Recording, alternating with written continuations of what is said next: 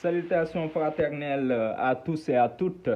Aujourd'hui, nous allons voir cette petite astuce, l'heure ou l'heure.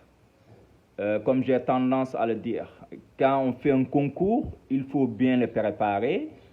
Faire un concours, c'est aller en guerre.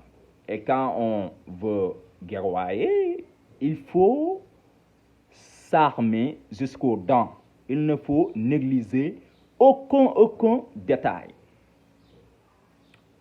La négligence de certains détails peut nous porter préjudice, peut porter au candidat préjudice. L'heure ou l'heure, nous allons voir ça. D'abord, il y a une règle à préciser. Retenez cette règle une bonne fois pour toutes. L'heure devant un verbe ne prend jamais, au plus grand des grands jamais, S. L'heure devant un verbe ne prend pas S. Ça, c'est clair. On continue.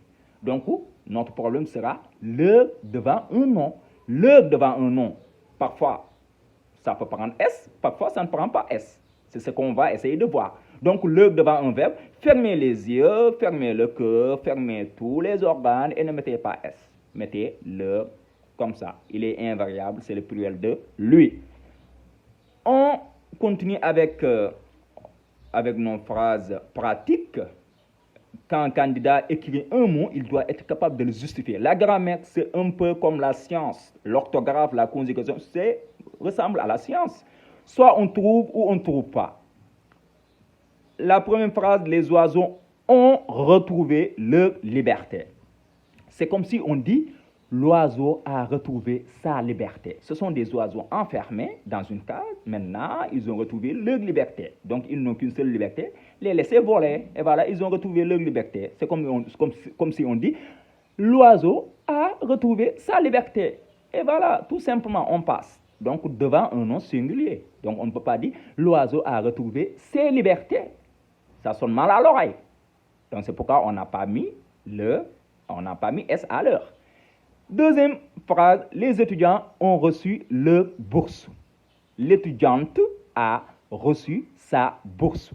La fin du mois, les étudiants reçoivent leur bourse. Chaque étudiant reçoit sa bourse. Donc, leur bourse. Donc, normalement, c'est un nom singulier. Donc, on ne peut pas dire l'étudiante ou bien l'étudiant a reçu ses bourses. Ça sonne mal à l'oreille. C'est pourquoi on ne met pas S à l'heure. Donc, l'étudiante a reçu sa bourse. Il faut procéder ainsi, c'est très facile.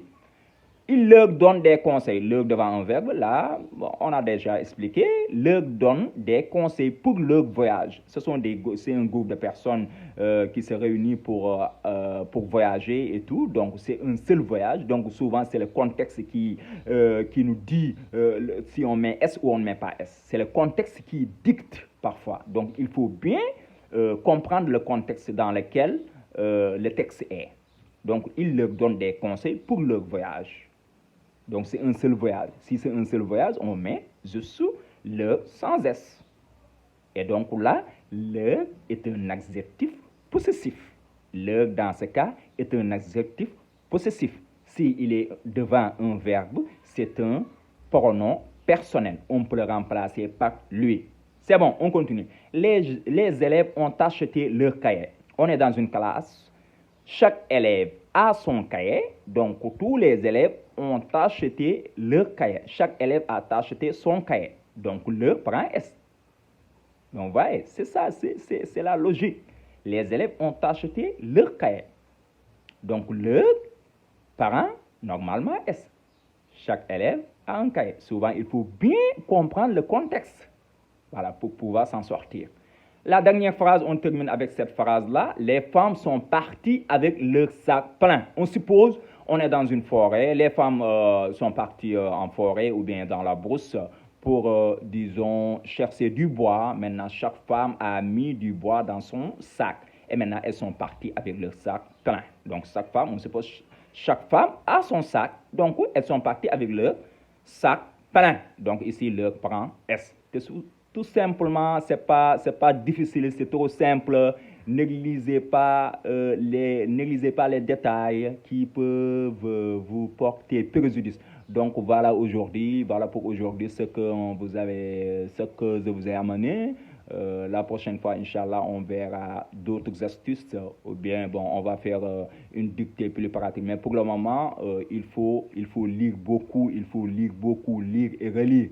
Comme j'ai tendance à le dire, quand on fait un concours, on part en guerre. Et donc, il faut s'armer jusqu'aux dents. Je vous donne rendez-vous très bientôt, Inch'Allah. Assalamu alaikum.